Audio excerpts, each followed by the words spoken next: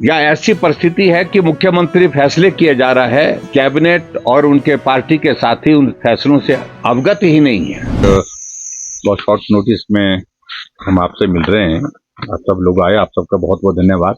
पिछले कुछ अरसे से हम देख रहे हैं कि हिमाचल छोटा सा प्रदेश होने के बावजूद भी राष्ट्रीय स्तर पर बहुत बार खबरों में चलता जा रहा है और राष्ट्रीय स्तर पर कवरेज जिस प्रकार से हिमाचल प्रदेश को मिली, स्वाभाविक रूप से उससे राजनीतिक क्षेत्र में भी बहुत ये चर्चा का विषय बना हुआ है और इसके अतिरिक्त जो सामाजिक क्षेत्र हैं उसमें भी और मीडिया में भी किसी अच्छे विषय को लेकर के अगर प्रदेश की चर्चा हो तो प्रदेशवासियों का सर गर्व के कारण जो है वो ऊंचा होता है, छाती चौड़ी होती है।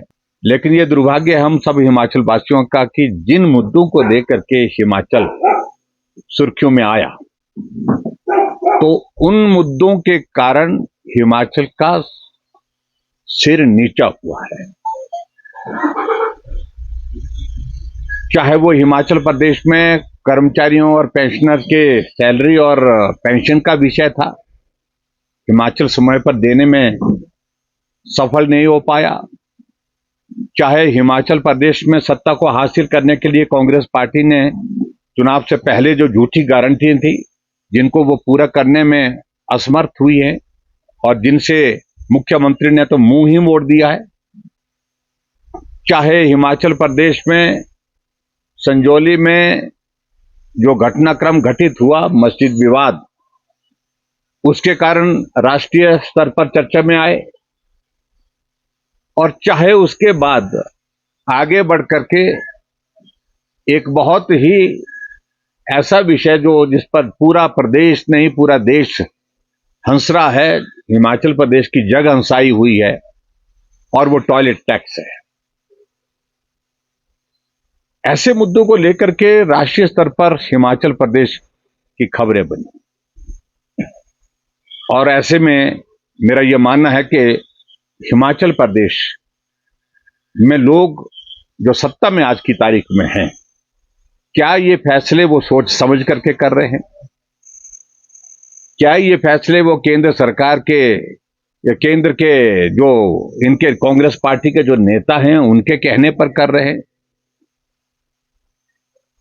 या ऐसी परिस्थिति है कि मुख्यमंत्री फैसले किए जा रहा है, कैबिनेट और उनके पार्टी के साथी उन फैसलों से अवगत ही नहीं है।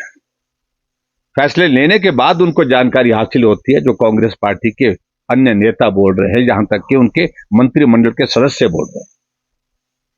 ये नया तरीका इस प्रकार से सरकार चलाने का हिमाचल प्रदेश अनुभव कर रहा है। मैं मित्रों इस बात को लेकर के बड़ा साफ कहना चाह रहा हूं, आज भी हिमाचल प्रदेश में 2 वर्ष का कार्यकाल कांग्रेस का पूरा होने जा रहा है। अगर कहीं उद्घाटन हो रहा है तो उद्घाटन उसी योजना का हो रहा है जिसका शिलान्यास भारतीय जनता पार्टी की पूर्व की सरकार में रखा गया है। उद्घाटन और शिलान्यास उन्हीं योजनाओं के हो पा रहे हैं जिन योजनाओं के लिए पूर्व की सरकार ने, चाहे वो पैसा केंद्र से दिया था, चाहे वो प्रदेश सरकार ने अपने स्पेस से दिया था, अपने बजट में से दिया था, उन्हीं योजनाओं का शिलान्यास और उद्घाटन हो रहे। 2 साल का कार्यकाल बहुत लंबा कार्यकाल होता है। एक